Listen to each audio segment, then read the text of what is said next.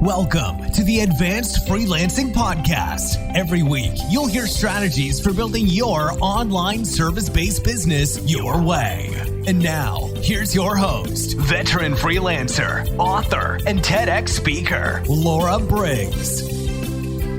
One of these questions I see coming up all the time for people who are just thinking about making the leap into working from home is whether working remotely and freelancing are the same thing. It can get really confusing because plenty of freelancers do work remotely, but that's not necessarily the same as someone who's working on an hourly, part-time, or salaried full-time basis as a remote worker. So in this episode, I was so happy to be able to invite my guest, Maryellen Stockton, to chat about what it means to work remotely successfully. We talk about a lot of things, including how to be successful with a remote job interview and tips that can help you be successful and effective with potential clients and employers in this digital world we live in today. So don't miss out on these tips.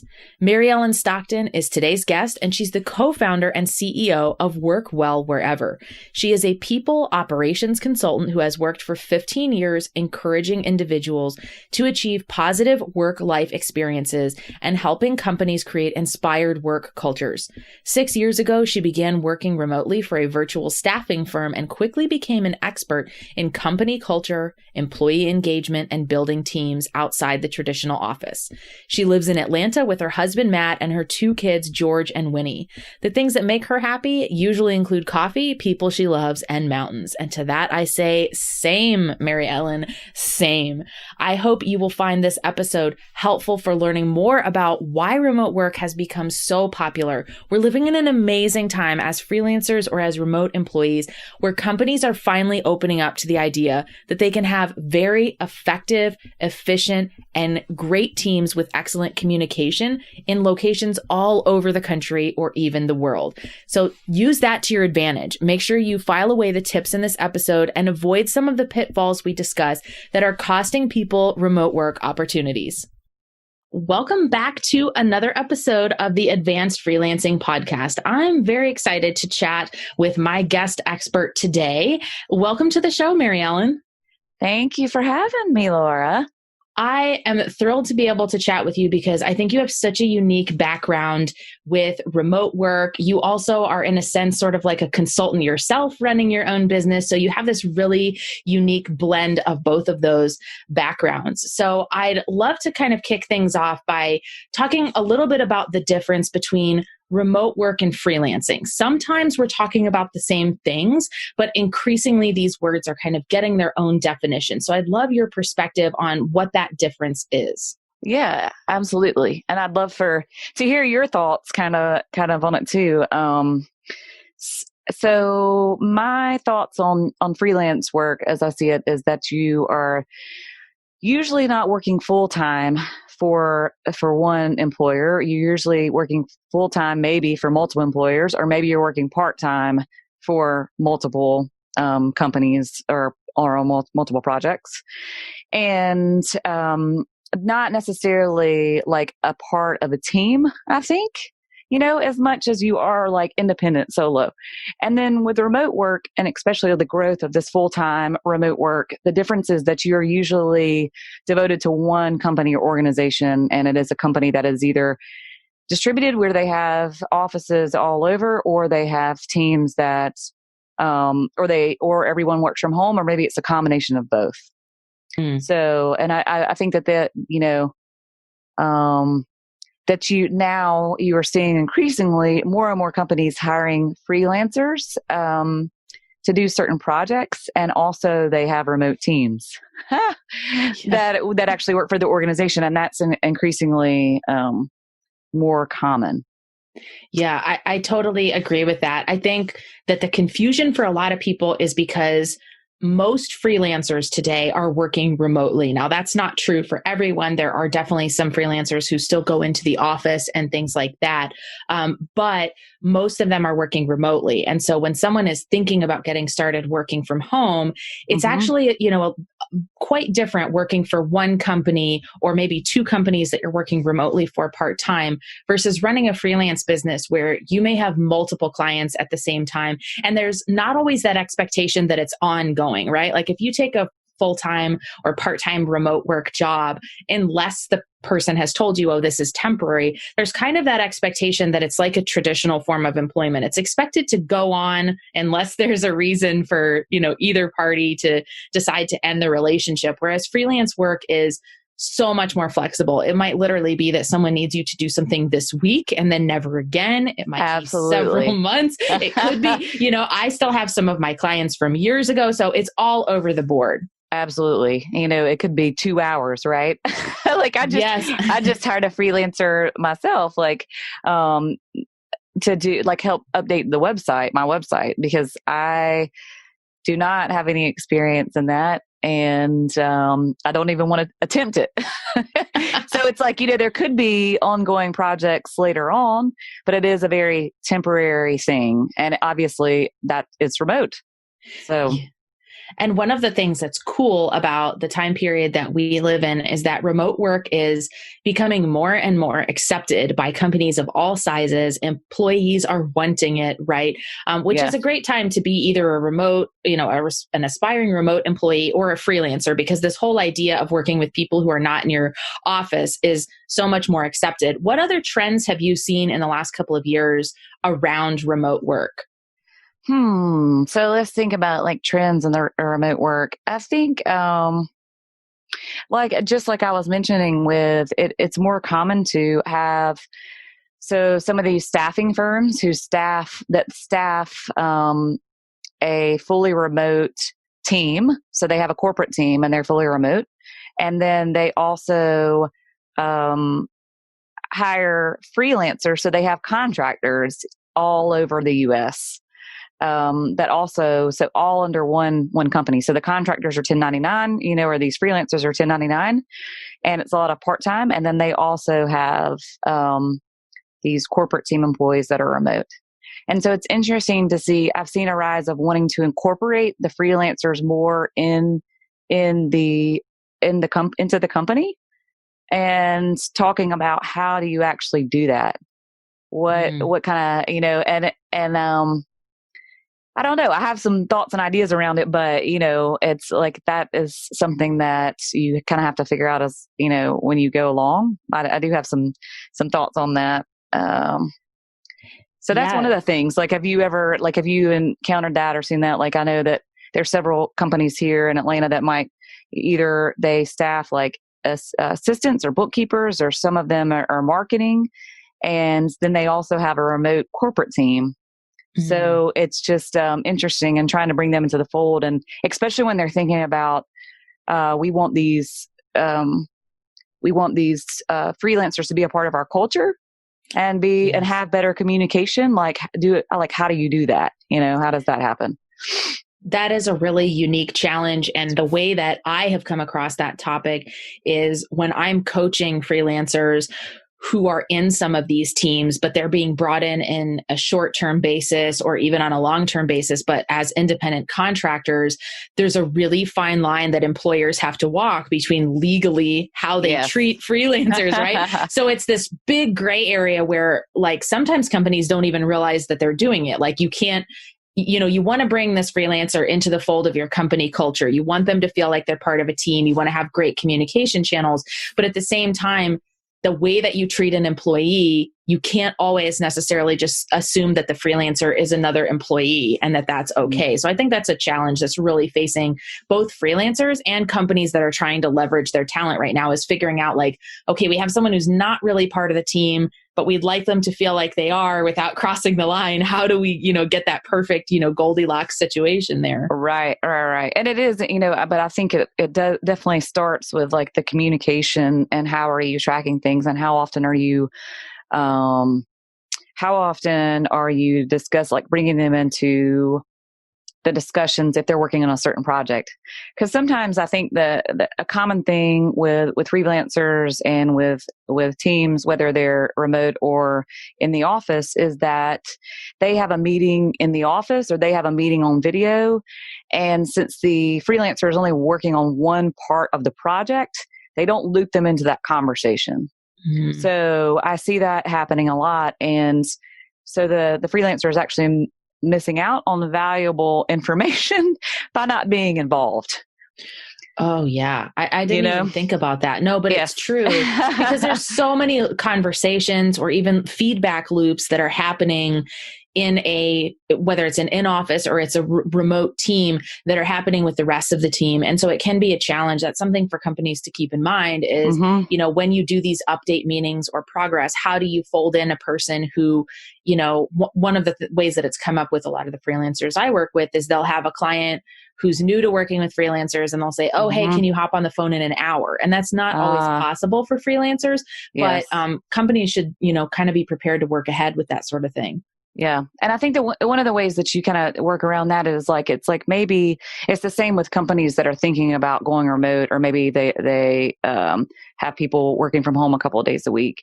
It's like, think of it as, okay, like now we might have to have an updated, especially if there's a big project going on, maybe you have to have the team meeting weekly based on the particular project, as opposed to when you used to only have to have monthly meetings. You just have to think about different ways of communicating so that everyone's on the same page and that no one's left out or is missing information.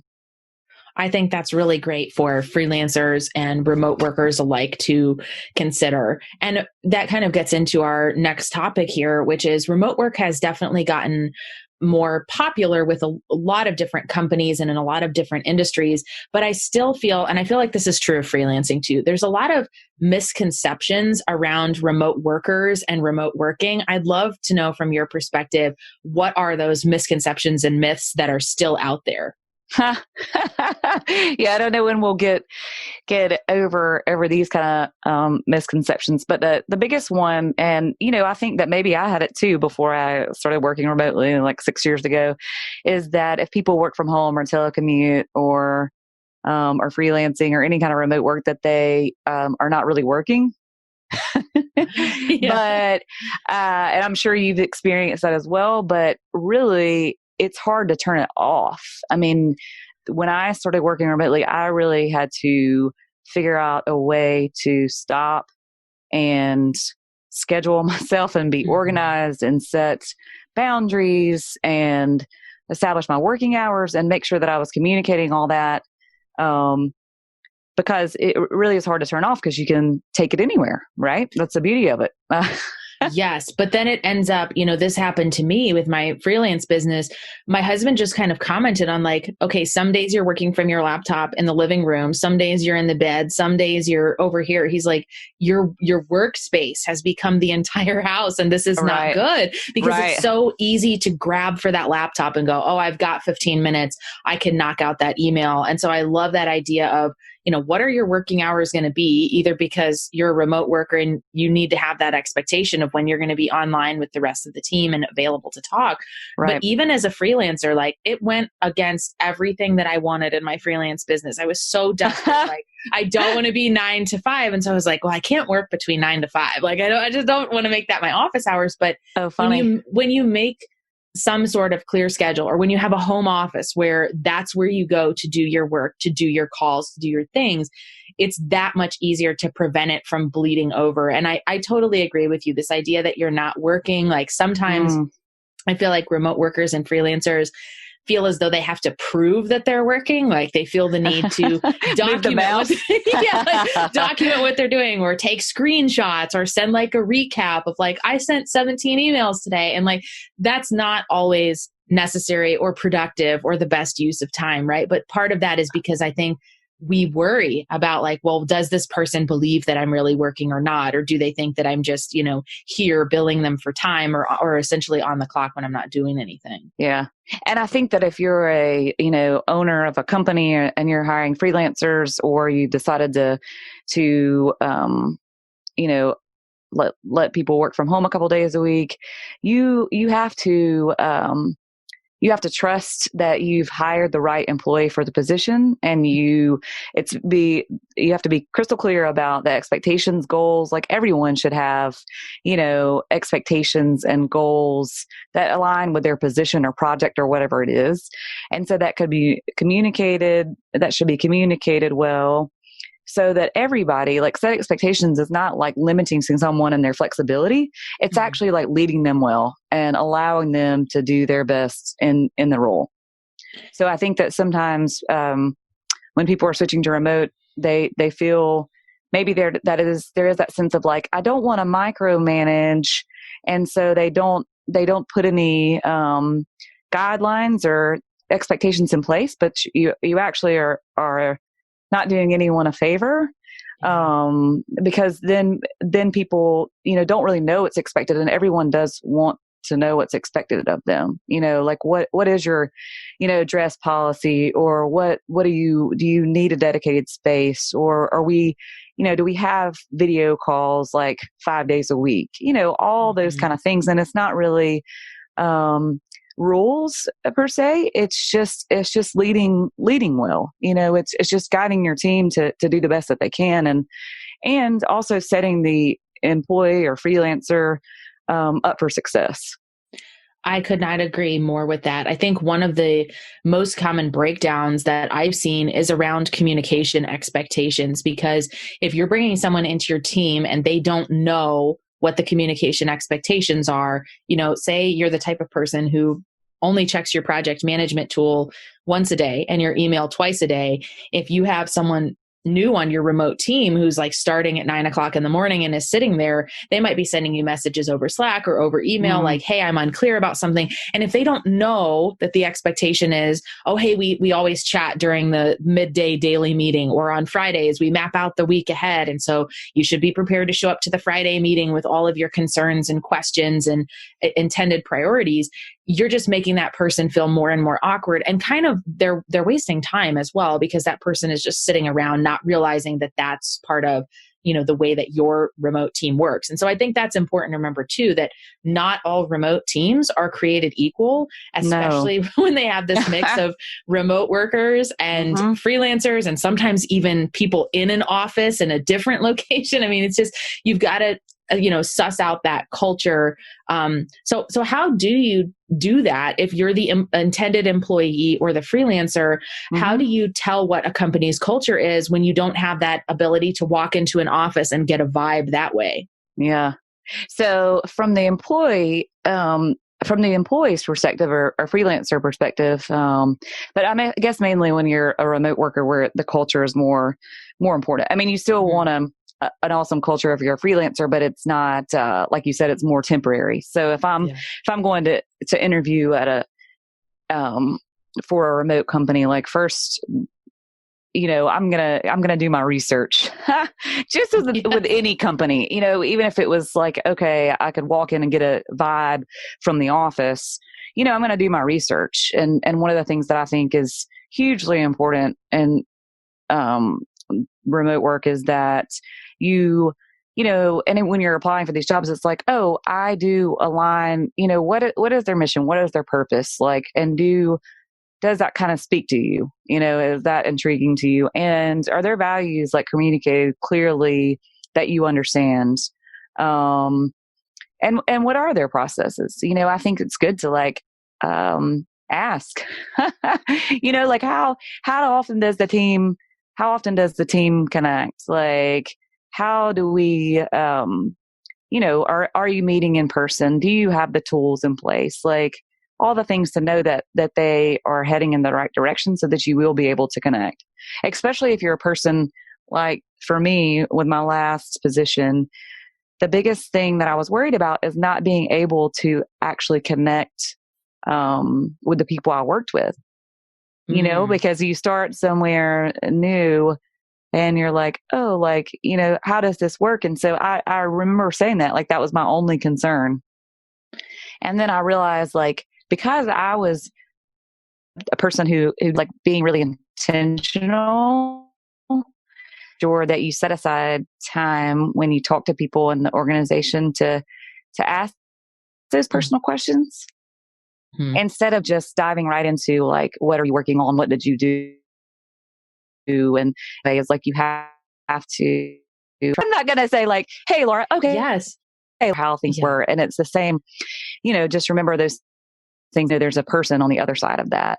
And Yes. video Yeah. makes for amazing connections. It really does. Like people I've never met before, or maybe I've met once and talked to them for 5 minutes, I feel like I have this strong connection with, and we've never even met in person.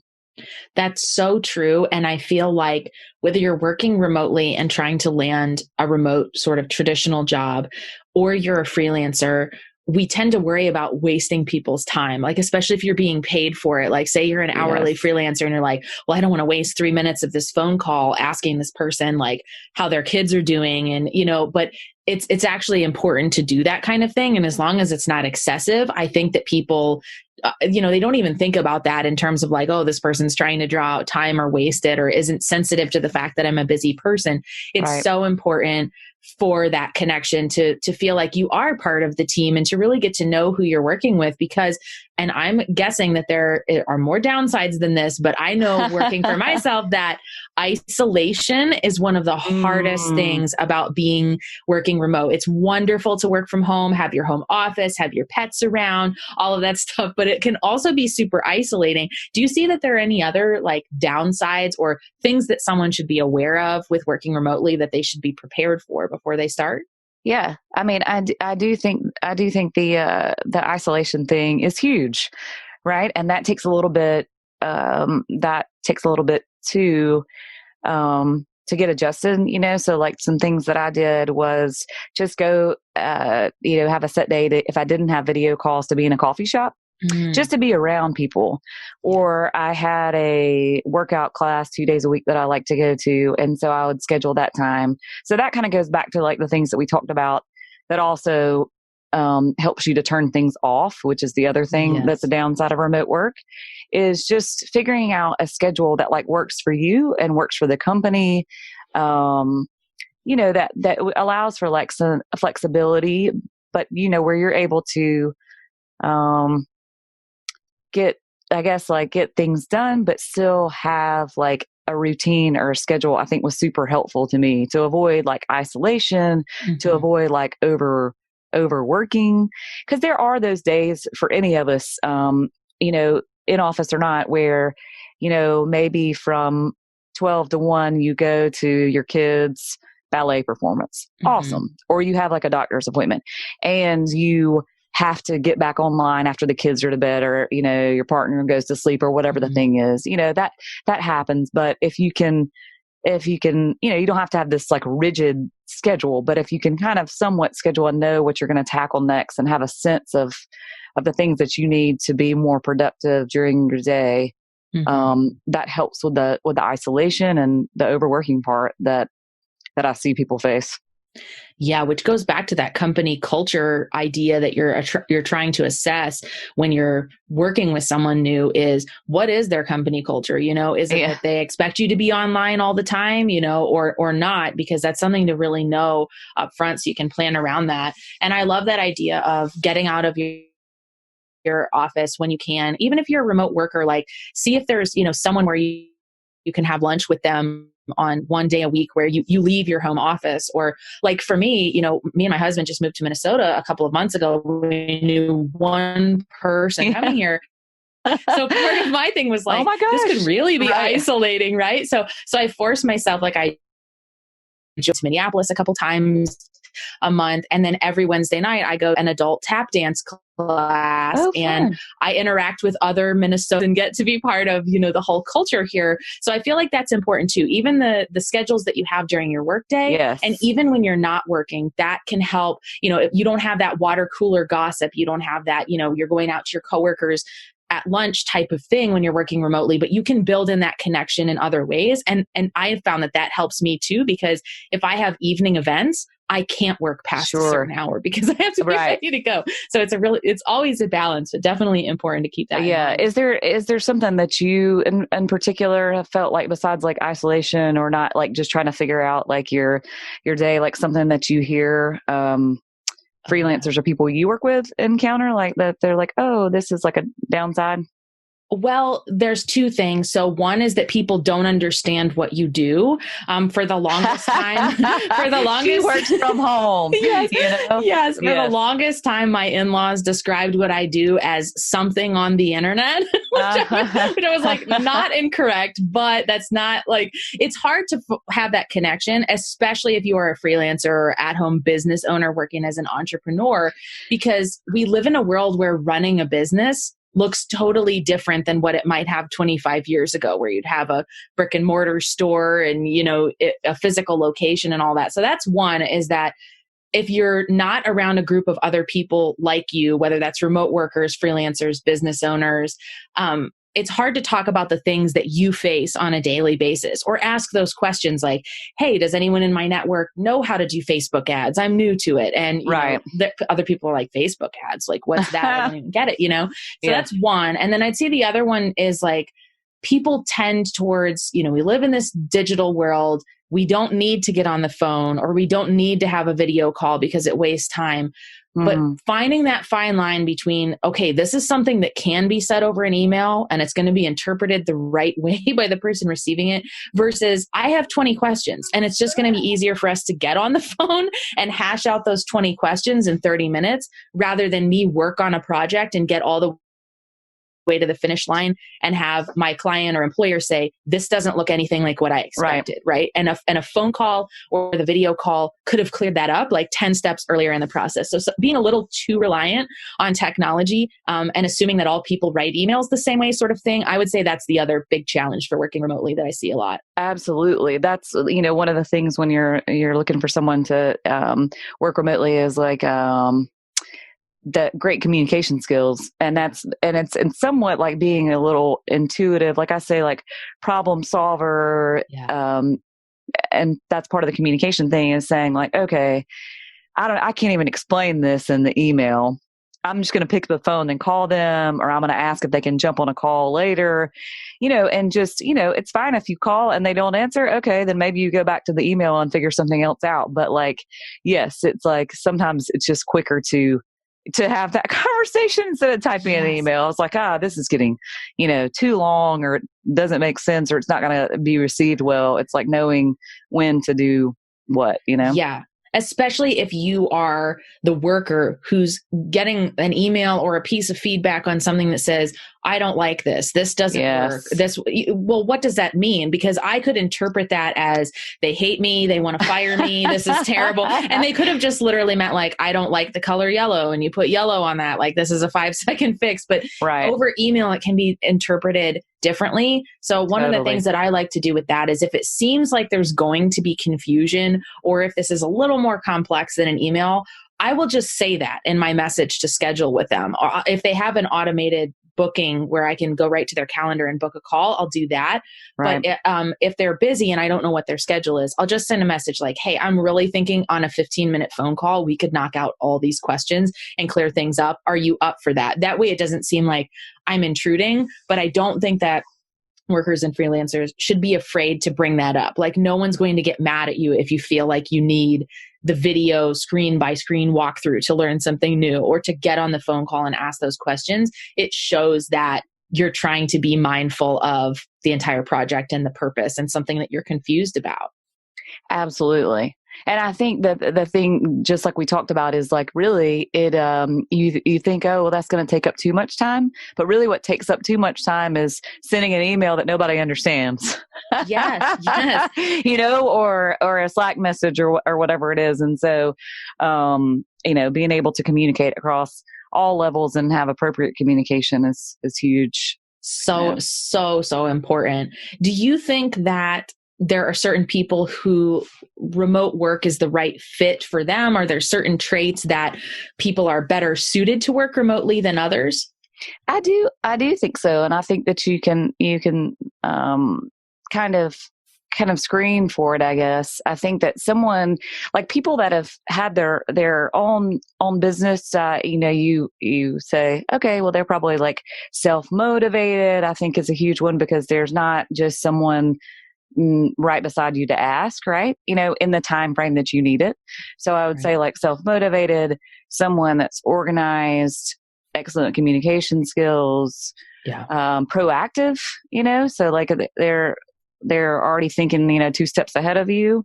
And I really think just kind of a natural problem solver, because if there are all these tools and technology that we're getting used to, but you have to be able to say, okay, I may not be able to get the answer right away. So what can you come up with those solutions and figure that out, on your own? Yeah. Or even that ability to say, okay, this project is stalled out because I need an answer from X person and X person isn't available. So how can I table this? And what is the next project I jump to? I think that some people just naturally gravitate towards being able to do that, whereas others need that, they need to be told by someone else, okay, step 1 is this, step 2 is this. And so being able to balance those different priorities and kind of saying, all right, I've got more time here that I can work on something different because I'm not able to move forward on this until I get an answer or something, that's important as well. Yeah. And I think sometimes too, it's funny because you think, okay, sometimes people are easily distracted, which means they want to be in an office, or they feel like they're missing out kind of thing. And some people are easily distracted and they want to work from home because they can be more productive, so there are those things too, which is, if you know yourself, like, okay, like, I just find that it was like, so like for me, it just worked. And I don't even know how to explain like why it worked, but I think I always knew what the things what I needed to accomplish. Yes. And there was always, something, there was always something to do. And if I couldn't figure it out, like you said, I'd go on to the next thing and then come back to it when I could get an answer, or if I was waiting on something. So, yeah. Yeah, I like to ask freelancers, in college or grad school, were you the person that actually got the group project done? Because you probably have what it takes to be a freelancer. If you Totally. were not stalled out by everyone else's lack of communication and ability to work together, but you were able to bring that project to the finish line, because that's a big part of it is just, how do you set yourself up for success working from home? I found it to be hugely distracting to work in an office when I had a more traditional job. There were always other people talking, somebody next to me playing really loud music. And I just felt like I got less done because of that. So being able to work from a quiet home office works for me. But for other people, they would absolutely hate it because they don't have that, other people around. So it really depends on what works for you. So if you've never been a remote worker before, how do you show an employer or a freelance client that you'd be really good working remotely? Yeah. Well, and part of that has to do with the person like interviewing you or hiring you, right?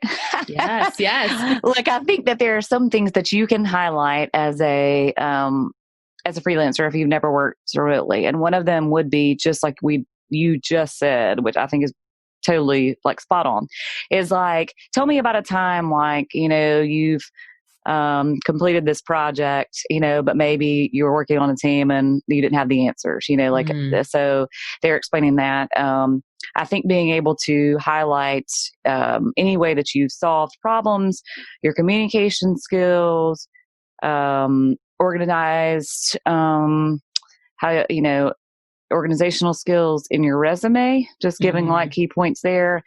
And also like, what, another thing that we didn't talk about, but I think professional development and growing your skills in remote work sometimes too, or as a freelancer, when you're interviewing a freelancer and they're continually like, taking classes or reading books or doing different things, I think that shows the self-motivated, proactive kind of type that is successful when working remotely or freelancing.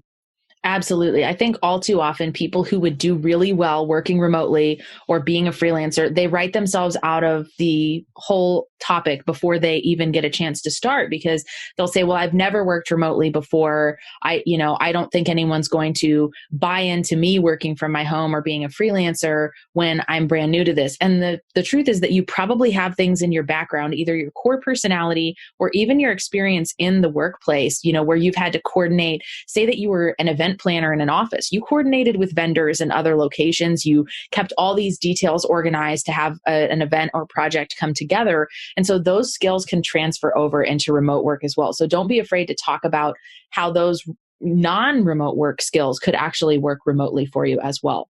Absolutely. Absolutely. So my final question here is, how do you prepare for an interview for a remote job? Are there mistakes that people make in doing this? What should you really be prepared for? That's a great question. I think so. I think that because there's a confusion, this freelance or remote work, or this work from home thing, I think sometimes don't show up as they would if they were actually interviewing in person. Yes. And you should. So if you think about the same ways that you would prepare for an in-person interview, because most of these remote teams are going to interview you over a video first. So I would say like that's the thing, is like that you think of it as how would you show up to this company? How are you going to show up to an in-person interview? And you do the same. So, Right. like your background is clear of clutter. You have tested the tools that you're going to connect with. So if you and I are going to connect over Zoom, then I've tested that to make sure that it works and I have everything working so that I can easily jump on. And limit distractions. So if you've got a dog that's going to bark or like any kind of thing, like put those things up. Anyway, you want to show up, that, as a professional, that you can, work from home, and you do have a space to do that in. So it's no different than going to an in-office interview. I say, just treat it the same, Do you feel that extends to clothing as well? So like you should be fully prepared as if you were showing up to someone's office for a regular interview. So I think that no, I don't think so. Like, I don't think that, I'm not expecting to get on a call with people in a suit, right? When I'm interviewing people, or when I've interviewed people in the past, but it is just, think about, the level of professional, like, a shirt, a plain shirt or anything is fine, but just thinking about the level of professionalism, probably not a hat or anything like that, because you wouldn't go, but, no, I don't expect to see a suit on the other, I don't know, but, just professional, just keeping in mind, like, okay. Because you want people to see you and be able to like talk to you and talk about your skills, and you don't want them to be distracted by things that are going on around you. So if your background is like super distracting or cluttered, they might be focusing on that, or if they can't, so anything that says like, hey, I'm professional, I can do this job, and where you're able to like present yourself well. Yes. And go that extra step to make sure that the area you're in is relatively quiet. If you live in New York City, you can't help it if there's cars honking their horns or an ambulance going by. But I think a lot of people underestimate how loud the TV in the next room is, or their spouse cooking dinner in the background is. And like, even if the person who's interviewing you can't tell what that is, it's so distracting for them to go, okay, is that pots and pans being clanged around? Like, is that a cat? Yes. Yeah. So just be aware of that. Things will always happen when you work remotely that you can't, exactly anticipate. I would train my husband, like I'd tell him like 4 or 5 times whenever I'm recording a podcast or I'm going on someone else's podcast. Hey, at 4 o'clock, you need to be quiet, Just, and go that extra mile. Do that if you need to, because you don't want someone questioning, or, if you have something that's uncontrollable where you're like, yeah, the neighbor's dog has been barking all day, or the guy next door just started mowing his lawn 5 minutes before we started talking.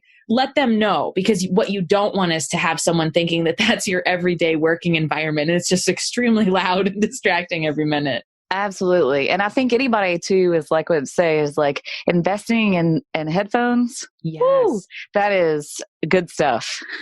Yes, you should, you should be doing that anyways, because when you are doing video calls, which you're certainly going to be doing as a remote worker, as a freelancer, when these calls are being recorded, you can create a lot of problems with feedback if you don't have the headphones plugged in. So it's worth investing in these little things that will make it easier for you to work and help you appear, professional on screen or over the phone when you're connecting with clients.